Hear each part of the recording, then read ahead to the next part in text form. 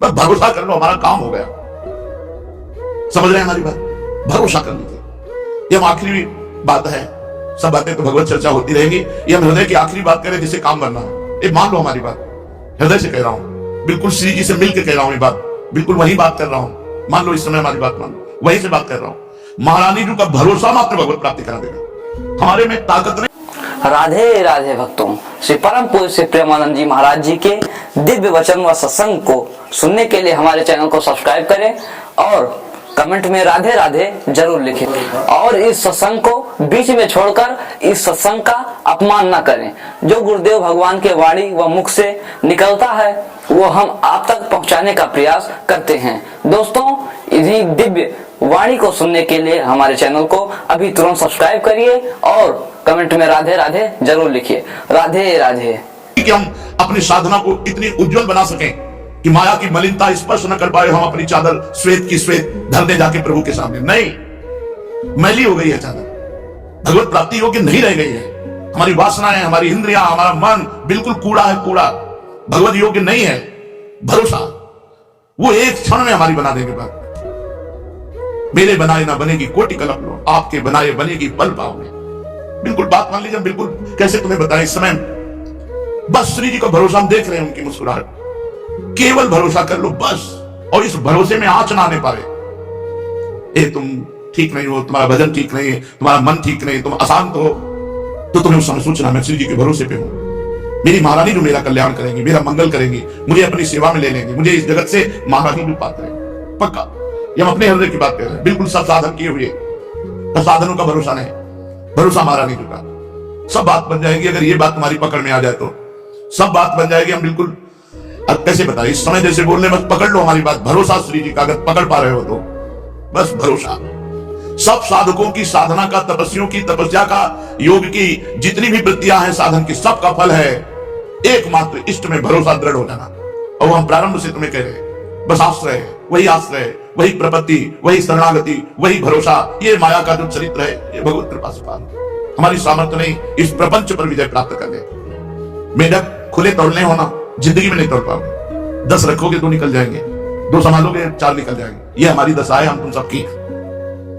प्रहलाद जी कह रहे हैं कि जैसे बहुत सी पत्नियां हो और एक पति शयन ग्रह की तरफ एक घसीट रहे, दूसरी घसीट रहे, तीसरी, उसकी क्या दुर्दशा होगी। वैसे हे नृसिंह, ये हमारी 10 इंद्रियां और एक मन मिलकर के हमको घसीट रहे, बार बार बार बार बार बार प्रकृति की तरफ, माया की तरफ। केवल बातें बनाना अलग चीज है, माया पर विजय प्राप्त करना बहुत कठिन बात है। ये केवल इनके भरोसे से होगा। अगर तुम्हारी समझ में आ रही हो इस समय की बात, तो निश्चिंत हो जाओ प्यारी जू के भरोसे पर। हम ये नहीं कह रहे कि निश्चिंत होकर पापाचरण करो, कर ही नहीं सकते जब प्यारी जू का भरोसा है। चिंता मत करो, जितना बने उतना भजन करो, नहीं जब भजन ना हो उस समय बैठ जाओ। मैं श्री जी का हूं, श्री जी मेरी है, मैं भरोसे पे हूं लाडली जू। आज तक हमने सुना है कि आपका जिसने भरोसा लिया, आपने भरोसा नहीं तोड़ा, मैं आपके भरोसे पे हूं। बस हो गया, दृढ़ भरोसा, दृढ़ भरोसा, बस दृढ़ भरोसा ही हमारे समय गूंज रहा है दिमाग में। दृढ़ भरोसा महारानी जी का हूं, प्रिया जी का हूं। संबंध गुरु जी के द्वारा मिलता है, भरोसा अपना होता है। जैसे हमारा संबंध श्री जी की, मैं सहचरी हूं, ये मेरी सोच नहीं है, ये मेरा भाव नहीं है, मेरे गुरुदेव ने दिया है। जब गुरुदेव ने दिया तो इष्ट को बरबस ये संबंध स्वीकार करना ही पड़ेगा। वो अपनी बात पीछे रख देते हैं, अपने प्रेमी जनों की बात पहले रखते हैं। तो हमारे गुरुदेव ने हमको भाव दिया, इस पर तो मुझे चिंता ही नहीं है, क्योंकि देने वाले ने दिया, स्वीकार करने वाले को स्वीकार करना होगा। इष्ट ने दिया है मुझे सहचरी भाव, गुरु रूप आकर के, और इष्ट रूप में स्वीकार किया है सहचरी भाव। लेकिन भरोसा ही हमारा है, ये हमारी तरफ से है। अगर इसमें कमी हुई तो बात नहीं बनेगी। भरोसा बिल्कुल दृढ़ होना चाहिए। ऐसे ऐसे लक्षण वालों को श्री जी कृपा नहीं करते, हमें नहीं माननी बात। हम किसी लक्षण से भरोसा नहीं किए, हम तो ऐसे कुलक्षण ही है, तब भरोसा किए कि मुझ जैसे लक्षणहीन पर भी लाडली जू कृपा करेंगी, तभी उनकी महिमा है। तो ये बात स्वीकार, भगवत प्राप्ति बिल्कुल सहज है। इसलिए ही एक हृदय की हमारी शुरू से बात रही है। कभी कभी जब आनंद में पद्मासन में बैठे हुए प्रफुल्लित होते हैं, मुरारी शरण आ जाते, तब कहते सुन सुन, भाई यही कहते हैं, दृढ़ विश्वास कर ले, दृढ़ भरोसा कर ले, इसी से भगवत प्राप्ति हो जाएगी। कोई साधन ना होने पर भी जिसने प्रभु का भरोसा किया, भगवान की प्राप्ति होगी, भगवान की प्राप्ति होगी। आगे पड़ा जटायु देखा, सुमिरत राम चरण की रेखा। दृढ़ भरोसा भगवान का था, आएंगे अंतिम समय भगवान अपने कर कमल से हमारा अंतिम संस्कार करेंगे। भगवान आए, जटायु को गोद में लिया, और कहा था आप आज्ञा करो तो अभी तुम्हारे शरीर को वज्र के समान बना दूं। कहा नहीं प्रभु नहीं, बड़े बड़े ऋषि मुनि इसी समय की याचना करते हैं और आज वो समय हम खो दें। नहीं प्रभु, मैं शरीर रखना नहीं चाहता। भगवान ने वो परम पद प्रदान किया जो केवल उनकी कृपा से ही मिलता है और किसी साधना से नहीं। तत्काल हरि रूप धारण करके कि परम धाम को गए और जो दशरथ जी को सौभाग्य नहीं मिला वो जटायु जी को सौभाग्य मिला। जटायु जी को अपने कर कमल से अंतिम संस्कार भगवान श्री राम कर रहे हैं। भरोसा, गोस्वामी जी बहुत जोर से कह रहे हैं, एक भरोसा, एक बल, एक आस विश्वास, भरोसा। बैठा लो ये बात बैठाने की, भाई कुछ बातें होती करने की, कुछ बातें होती होने की। ये होने की बात है, इसे स्वीकार कर लो, सब बात बन जाएगी। मूल में देखा जाता है, मूल में देखा जाता है। इसका भरोसा कहां है? साधना पे है, रुपया पे है, लोगों पे है। कहां है? अपबल, तपबल और बाहुबल, चौथो बल है दाम। सूर किशोर कृपा ते सब बल हारे को हरिनाम। सुनेरी मैंने निर्बल के बल नाम। भरोसा। जिस समय हृदय में केवल भरोसा जागृत हो जाए, आप देखेंगे आनंद की बाढ़ आ जाएगी। ये सब साधन एक तरफ, भरोसा एक तरफ। कभी एकांत में बैठकर भरोसे का चिंतन करो ना, मैं प्रभु के भरोसे हूं। आप देखना कितना आपको आनंद मिलेगा। आनंद सिंधु का भरोसा, अच्छा उनको कोई बताने की जरूरत थोड़ी है। आपके अंदर जो भरोसा भाव उठा वही वो बैठे हुए हैं। सही पूछो तो वही दे रहे हैं, तभी ये भरोसे का भाव आ रहा है। हम श्री जी के हैं, कितनी बड़ी बात हो गई। हम महारानी जी के हैं, श्री जी हमारी हैं।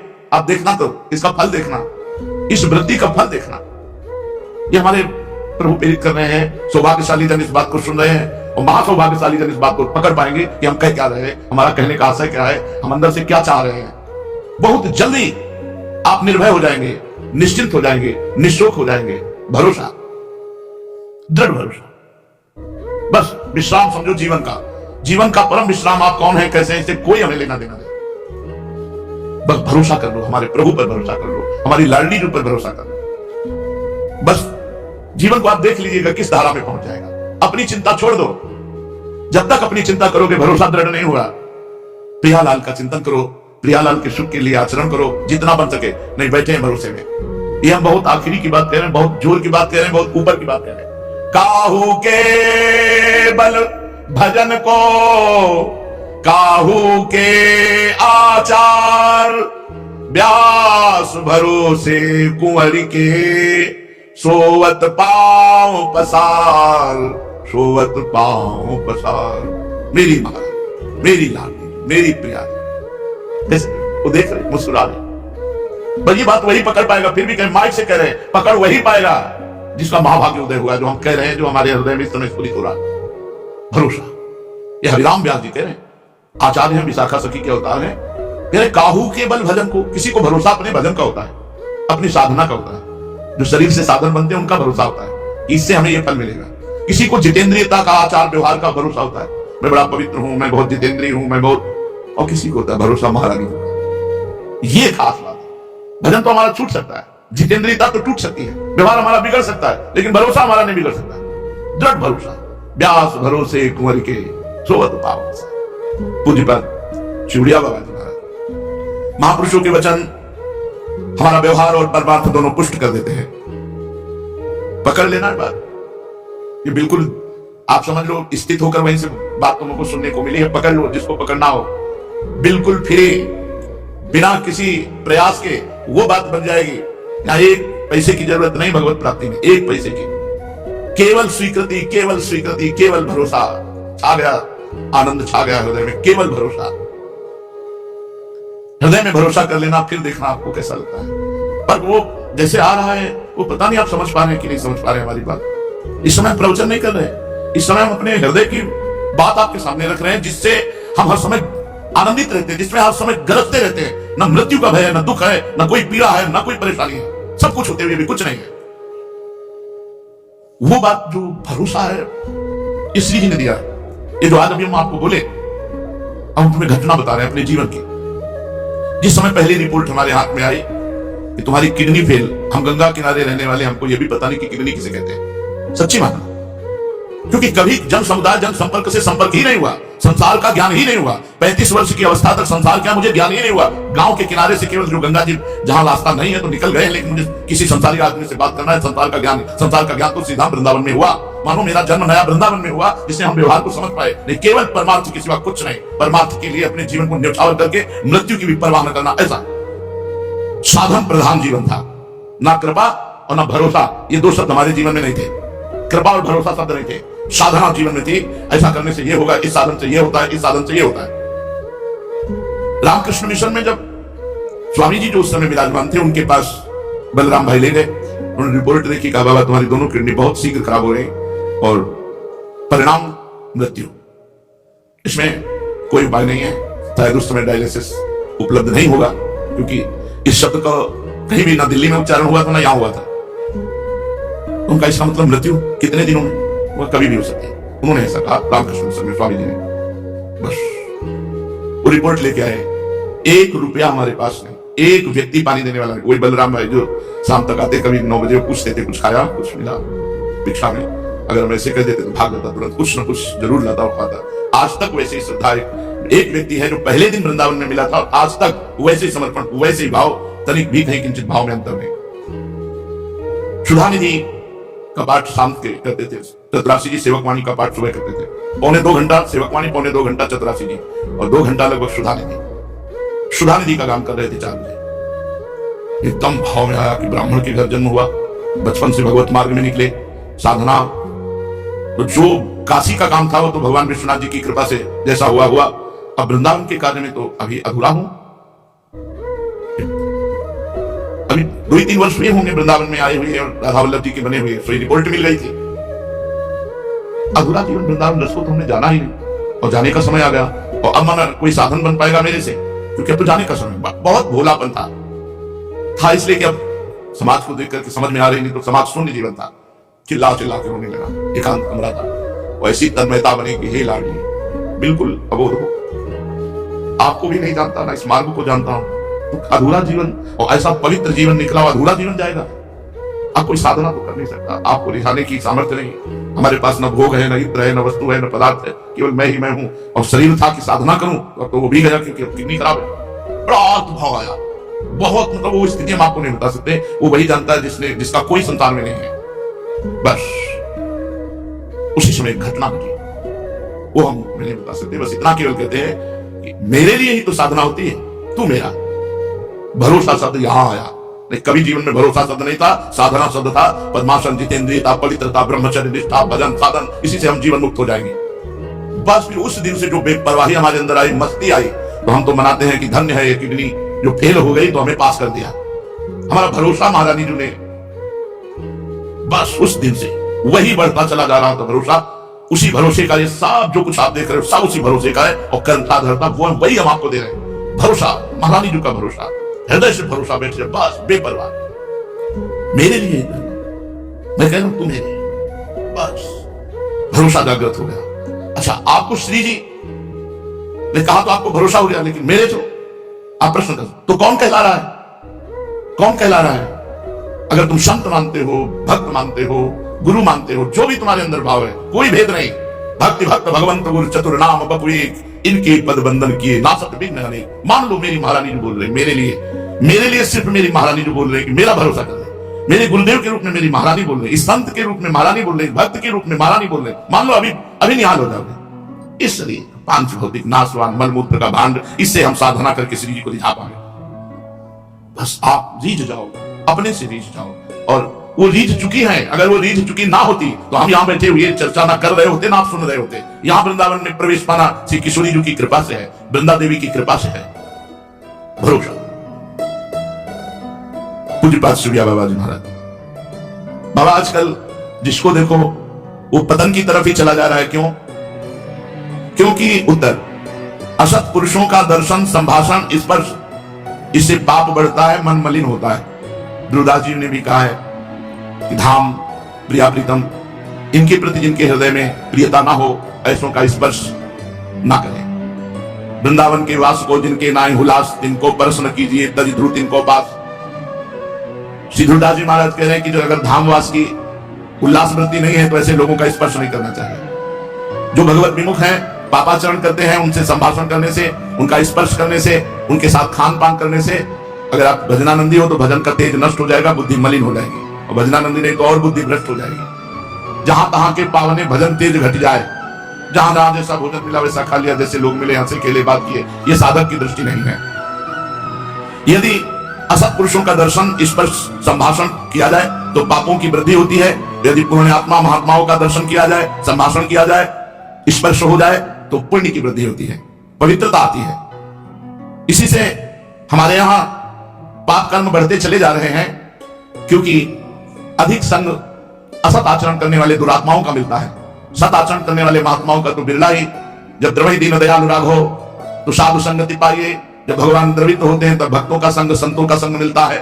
सुत दारा धन लक्ष्मी पापियों के घर होए, संत समागम हरि कथा तुलसी दुर्लभ दोए। आजकल तो इन बातों को भी सत्य नहीं मानते हैं, शास्त्रों को भी सत्य नहीं मानते हैं। जब शास्त्रों को सत्य नहीं माना जाएगा, संतों को सत्य नहीं माना जाएगा तो पतन ही होगा। कौन तुम्हें संभालेगा कि तुम्हें ये करना चाहिए, ये नहीं करना चाहिए। आजकल के लोग आधुनिक पद गाने वालों के पद गाते हैं, नहीं गाना चाहिए। सूरदास जी, तुलसीदास जी, मीराबाई जी, हरिवंश महाप्रभु स्वामी हरिदास जी, हरिव्यास देवाचार्य, इन महापुरुषों के जो समाधि के द्वारा भाव में प्रियालाल की दिव्य लीलाएं देख रहे, वो पद गाने चाहिए। इधर उधर के तुकबंदी जोड़ के, आजकल ये तुकबंदी से थोड़ी है चतुरासी जी, केली मालजू, महावाणी जी, ये भाव समाधि में डूबे हुए प्रियालाल की दिव्य लीलाएं जो हो रही उन्हीं को रच रहे हैं। पूज्य बादुड़िया बाबा जी कहते हैं ऐसे आधुनिक शब्दावली को जोड़े हुए पदों का नहीं गायन करना चाहिए। अब जैसे अभी आते हैं एकांतिक में कोई हमने गीता की टीका की, ठीक है, गीता भगवान की वाणी है, लेकिन तुम टीका करने के अधिकारी हो, तुम्हारी स्थिति कहां है? अगर कृष्णाकार स्थिति है तो तुम्हें लेके बात कहने की हिम्मत कैसे हुई कि मैंने गीता की टीका की? अगर भगवदाकार वृत्ति नहीं है तो तुम्हारी सामर्थ्य क्या है कि गीता के शब्दों को समझ लो? शब्दार्थ, भावार्थ, नाट्यार्थ, भगवान की गुणवाणी भगवान में ही स्थित होकर के समझी जा सकती है। किसी भी ग्रंथ के अर्थ को जो महापुरुष किए हुए हैं, भगवत प्राप्त, उनकी वाणी पढ़ो। जो भगवत प्राप्त महापुरुष, उनके द्वारा जो पद है, उनके द्वारा जो वचन है, उनको मानो। वाणी उनकी जो समदर्शी है, जो निरपेक्ष है, जो मननशील है, जो निर्वैर है, जो भगवत स्थित द्वंद्वातीत है, उनकी वाणी, उनकी रचना। ये भारतवर्ष की जनता जो अधोगति को प्राप्त होने वाले आचरणों में जा रही है, हम सबसे निवेदन करते हैं, हमारे सनातन पद्धति में नया वर्ष चैत में लगता है, संवत्सर से बदलता है। ठीक है, आप अंग्रेजी तारीख का नया उत्सव मनाते हैं, मनाइए, मुझे कोई विरोध नहीं, क्योंकि किसी भी निमित्त से उत्सव मनाइए, नाम कीर्तन कीजिए, भगवत चर्चा कीजिए, वृंदावन धाम की परिक्रमा लगाइए, तीर्थों का अवगाहन कीजिए, अन्य आवश्यकता जिनको वस्तुओं की है उनको दान कीजिए। ब्राह्मण, गौ, संत, महात्मा, जो भी जैसा तुम्हारा भागवतिक भाव। सबसे प्रार्थना है, यदि आप ये हैप्पी न्यू ईयर मनाएंगे तो हैप्पी तभी होगा जब भगवान का नाम कीर्तन करवाइए, 24 घंटे नाम कीर्तन करवाइए। भगवान की 24 घंटे नाम कीर्तन की वृत्ति से जगत मंगल होता है। जहां जहां नाम की आवाज जाती है, जिसके कान में पड़ती है उसके पाप नष्ट होते हैं, उसकी पुण्य वृद्धि होती है, उसका मंगल। यह है भी, यह है भी। शराब पीना हैप्पी नहीं, मांस खाना हैप्पी नहीं, व्यभिचार करना हैप्पी नहीं, उद्दंडता करना। आप देखो नए नए सैकड़ों बच्चे ऐसे नशे करेंगे कि घर तक पहुंचना मुश्किल हो जाएगा, और वो क्लबों में केवल ये कि आज हैप्पी न्यू ईयर। किस बात का हैप्पी? अधर्माचरण का, महापाप जिसे कहा गया, वो मदिरापान, व्यभिचार, जुआ खेलना, नशा कर, ये सब हैप्पी? मूर्खता। प्रसन्नता तो भगवान के चरणारविंद का आश्रय लेने से, उनके चिंतन से है। ब्रह्मभूता प्रसन्नात्मा, हैप्पी माने प्रसन्नता, तो ब्रह्मभूता प्रसन्नात्मा, ना कि ये मलिन आचरण करना। इसलिए सबसे प्रार्थना है, इस नवीन वर्ष के प्रारंभ में ही कसम खाइए कि मैं कभी भी, अगर आप मानते हैं इस अंग्रेजी नवीन वर्ष को, हम कहते हैं मानो, मानो, किसी भी तरह मानो, उसे भगवान से जोड़ दो, सब मंगल हो जाएगा। कभी भी, किसी भी स्थिति में मैं कभी पराई माता बहनों के साथ व्यभिचार नहीं करूंगा। नियम लो, मैं कभी शराब नहीं पीऊंगा, मैं कभी मांस नहीं खाऊंगा, मैं कभी किसी का भूल कर अहित नहीं करूंगा। तब तो तुम्हारा हैप्पी न्यू ईयर होगा। नहीं, हैप्पी नहीं हो सकता, पक्का हैप्पी नहीं हो सकता। असत आचरण करने वाला कभी प्रसन्न नहीं हो सकता। थोड़ी देर हर्षित हो सकता है, लेकिन शोकित होना पड़ेगा। हमारा भारतवर्ष महान भगवत धर्म युक्त है। ये अधोगति को जो जा रहा है, नवीन नवीन बच्चे, नवीन नवीन अवस्था की बच्चियां, ये सब अपनी मर्यादाओं को छोड़कर गलत आचरणों की तरफ बढ़ रहे हैं। इसलिए बहुत हानि है। पूज्य बाबा, जो शास्त्र के नियमानुसार चलता है, उसकी भागवतिक और लौकिक दोनों उन्नति होती है। ऐसी धूर्तता छाती है कि हैप्पी न्यू ईयर, धूर्तता, उद्दंडता, मलिनता, अपवित्रता, असभ्यता, ये हैप्पी होगा तुम्हारे लिए न्यू ईयर? ये नया साल तुम्हारे लिए आनंद, नया साल आनंद होगा।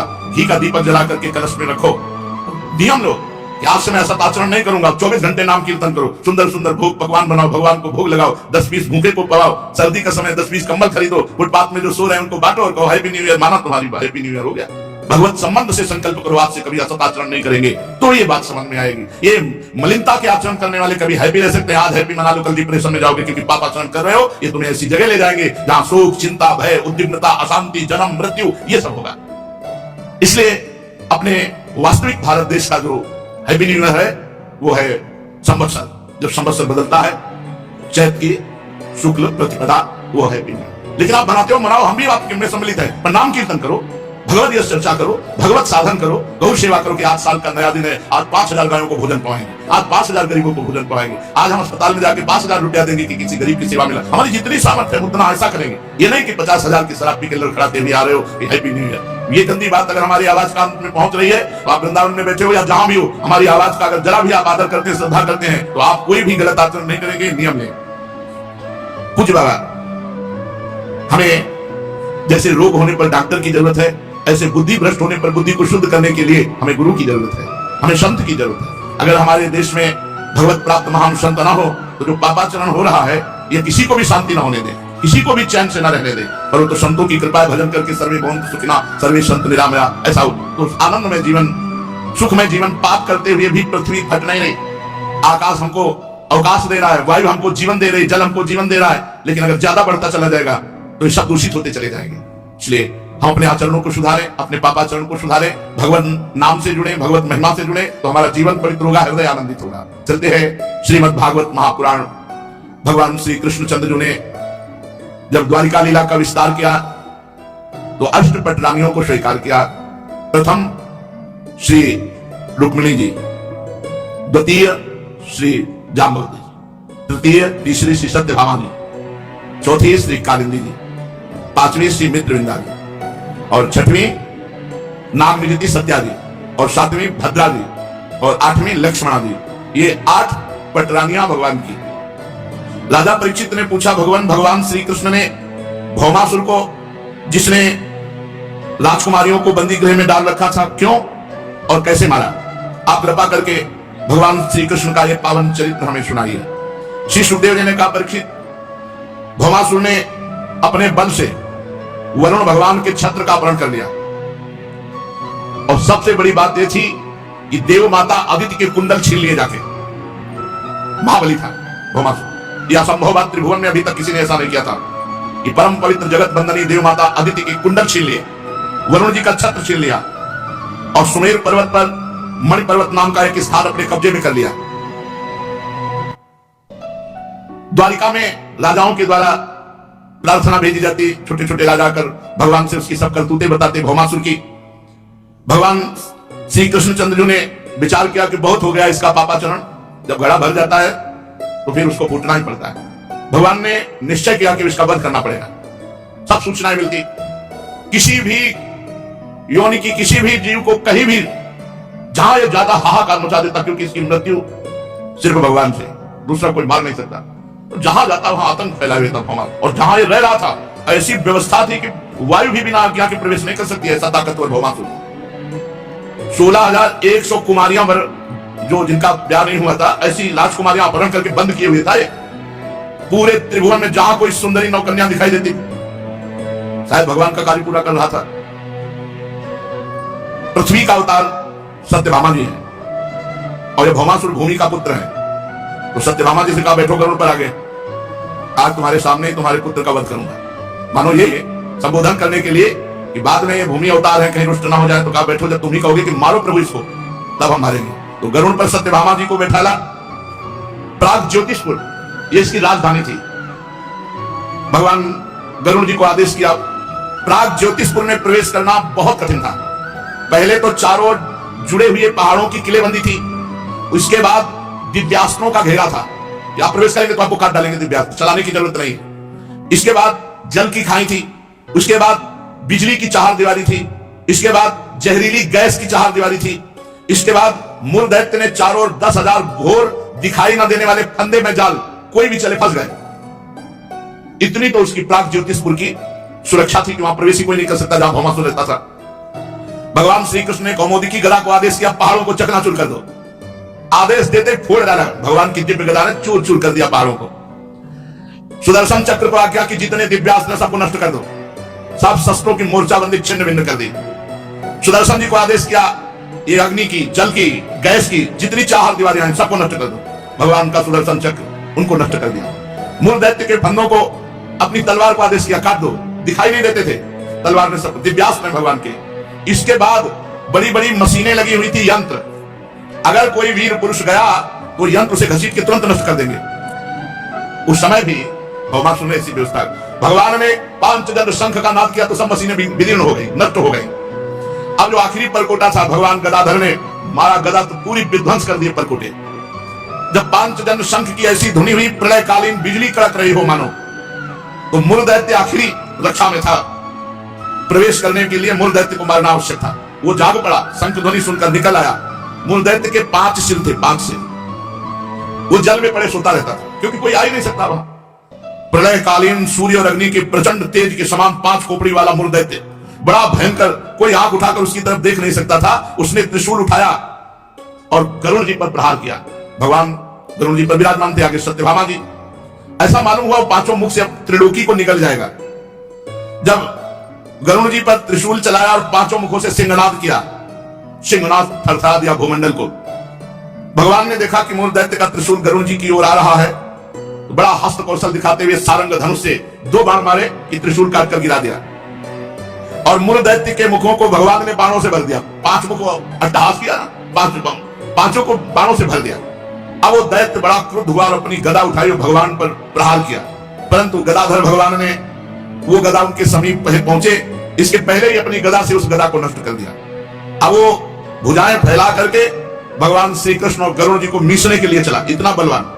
भगवान ने सुदर्शन जी को आदेश किया कि इसका हिसाब किताब कर दो। भुजाएं, जांग, गर्दन, छाती सब जगह से काट के वहीं ढेर कर दिया सुदर्शन जी ने। अमूल दैत्य के प्राण पखेरु उड़ गए और जल में गिर पड़ा, जैसे इंद्र के वज्र से शिखर कट जाने पर कोई पर्वत समुद्र में गिर पड़ा हो। इसके बाद मूल दैत्य के 7 पुत्रों की रक्षा थी नगर की। ऐसे थोड़ी था भौमासुर का नगर। ताम्र, अंतरिक्ष, श्रवण, विभावसु, वसु, नभस्वान, अरुण, ये सब महाबलवान मूल दैत्य के समान, क्रम बाई क्रम इनकी पूरी सुरक्षा थी प्राग ज्योतिषपुर की। जो सुना पिता को मारा श्री कृष्णचंद्र जी ने, शस्त्र अस्त्रों से सुसज्जित होकर पीछ नामक दैत्य को अपना सेनापति बनाकर भगवान श्री कृष्ण पर चढ़ाई कर दी। भगवान श्री कृष्ण पर बाण, खड्ग, गदा, शक्ति, दृष्टि, त्रिशूल, प्रचंड शक्तियों की वर्षा करने लगे वो दैत्य। भगवान ने सारंग धनुष से निकले हुए बाणों से सब अस्त्र शस्त्रों को काट कर गिरा दिया और शस्त्र प्रहार से सेनापति, पीठ, उसके साथी दैत्यों के सिर, जांघें, भुजाएं, पैर, कवच सब सुदर्शन चक्र को आदेश किया, काट काट करके सब ढेर कर दिए। भगवान का सुदर्शन अमोघ। जब पृथ्वी के पुत्र नरकासुर जिसे भौमासुर कहते थे, देखा कि भगवान श्री कृष्ण प्रवेश कर गए, सब विध्वंस कर दिया, असह्य क्रोध हुआ। वो मद वाले हाथियों की सेना में गजराज पर विराजमान होकर भगवान श्री कृष्ण के सामने आया और उसने देखा कि आकाश पर गरुड़ पर पहले सत्यभामा जी विराजमान है, फिर भगवान विराजमान है। जैसे सूर्य के ऊपर बिजली, वर्षाकालीन श्याम मेघ शोभायमान हो, सूर्य गरुड़ जी और बिजली सत्यभामा और वर्षाकालीन मेघ श्री द्वारिकाधीश महाराज। भौमासुर ने देखते ही भगवान पर शतग्नि नाम की शक्ति का प्रहार किया। भगवान ने सारंग धनुष से अमोघ बाण के द्वारा तुरंत उस शक्ति को नष्ट कर दिया। भगवान ने सुदर्शन चक्र को आदेश किया, जितने इनके सैनिक हैं वो तो बस केवल घूमना है, वहां कोई अस्त्र शस्त्र सुदर्शन जी को नहीं रोक सकता। जिधर घूम गए सब साफ हो गया। उस समय भगवान गरुड़ जी पर सवार होकर के गरुड़ जी को आदेश किया, इनके हाथियों की सेना को विदीर्ण कर दो। पंजे और पंखों के मार से बड़े बड़े गजराजों को विदीर्ण कर दिया। चोंच, पंजा, पंख, महाबली गरुड़ जी है, महाबली। त्रिभुवन में इनसे बड़ा बली कौन होगा जो भगवान को विराजमान करके चलते हैं। अनंत ब्रह्मांडों का भार भगवान लेकर चलते हैं। चोंच, पंखे और पंजों की मार से भौमासुर के जितने भी गजराज हाथी थे सब मारे गए। अब भौमासुर अकेले खड़ा, उसने देखा गरुड़ जी की मार से तो मेरी सेना सब नष्ट हो गई। तब गरुड़ जी पर वज्र से भी कठोर शक्ति का प्रहार किया। गरुड़ जी ने एक पंखे के झटके से पूरी शक्ति को नष्ट कर दिया। गरुड़ जी हैं गरुड़ जी।